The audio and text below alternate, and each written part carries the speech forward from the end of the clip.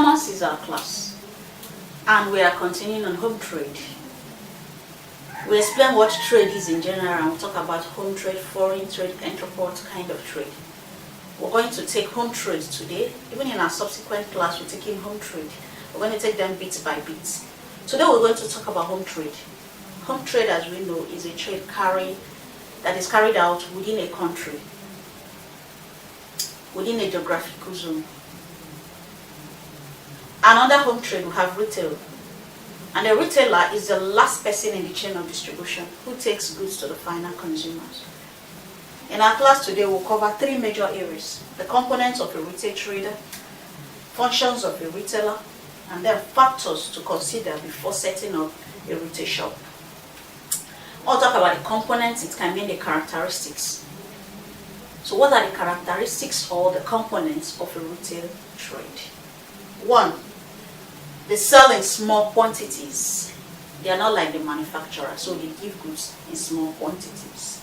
You see their shop, they have small quantities of different types.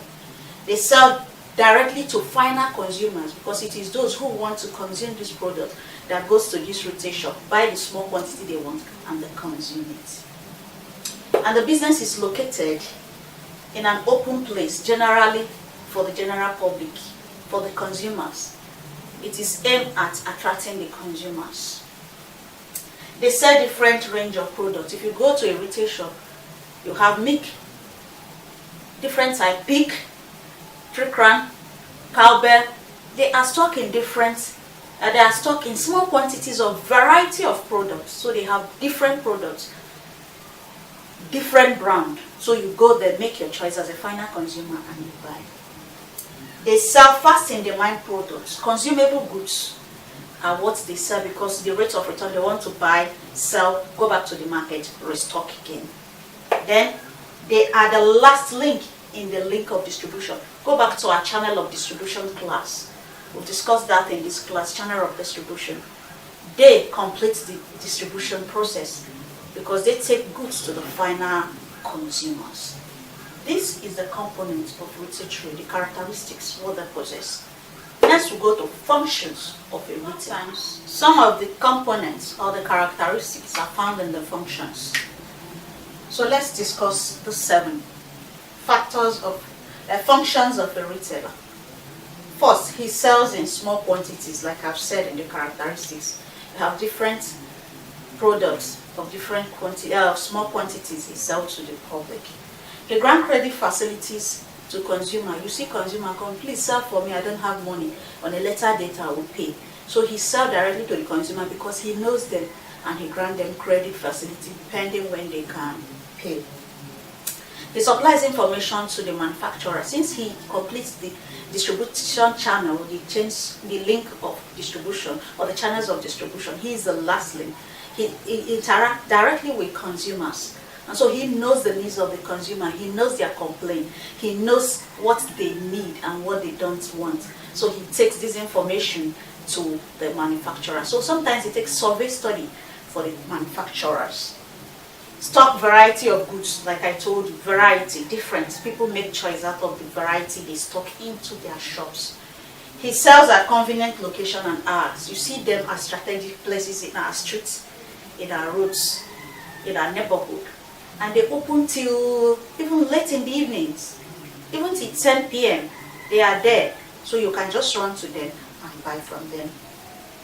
They offer door-to-door service. You see the hawkers, they come to your home, you buy from them. So they go from place to place, one house to another, one place to another, people buy from them. It makes life convenient for the consumers. And lastly, they provide advice to consumer. You can come, I don't know the choice I want to make out of these two products. Which one do you think is better? The retailer have the liberty or have the privilege of telling them, please buy this. I think I've tested this, it's better. Or buy the other one. So they serve as advertising agents for manufacturers because they give consumers advice on what to buy. So these are the few functions we have on the board. There are other functions. Go lay your hands on other functions, read them and add up to the 7. You can have more than 10, more than 12, more than 15. Add them up to your knowledge so that you can use them in your exams. Let's go to 5 factors to consider before setting up a retail shop? What are those to consider before setting up a retail shop? We have capital, source of supply, location of business, types of goods, terms of trade, and then experience. Under capital, you want to see how much do I need to start up a retail shop? What is the amount needed? Do I have enough capital to start up? If you have the required amount and you can pay for a shop rent and the capital will be enough for you to start up, you can start up. Then source of supply. Do I have a closed market where I can buy goods and stock my shop conveniently? Will it require much transportation? Will I spend more? That is another thing to consider. Location of the business. Will I sell in my home, in my house, in my streets? Will I go to the market to look for a shop in the market? Do I look for shop at strategic points where people can see me? That's another thing you look for. Types of goods. What kind of goods will I sell? You see, retailers sell different goods. The one that Mr. A sells is not the same with Mr. B. Even if they have varieties, similarities, there might be different goods that they might stock. So you think of, in line of, am I going into foodstuff? Am I going into provision? Am I going into furniture? Am I going into drinks? Am I going into different things? You want to see the kind of goods you want to sell, types of goods you want to sell. Terms of trade. Am I going to offer credit facility or grant credit to my customers? Am I going to sell basically on cash? If you don't pay, don't buy. That's terms of trade. Then experience. Do I need to take training for me to establish this business? Do others need to train me for me to know the business in proper? If these are put into consideration, then you can set up a good retail shop. Next in our class, we'll continue on home trade, other forms of home trade. We'll talk about other things that comes under home trade. Thank you for dropping by. Subscribe, share, give comment below the comment box. You can head over to our website on Class Online School to subscribe for some of our classes. I'm happy to be here and I'm happy to be your community. Bye till we meet next.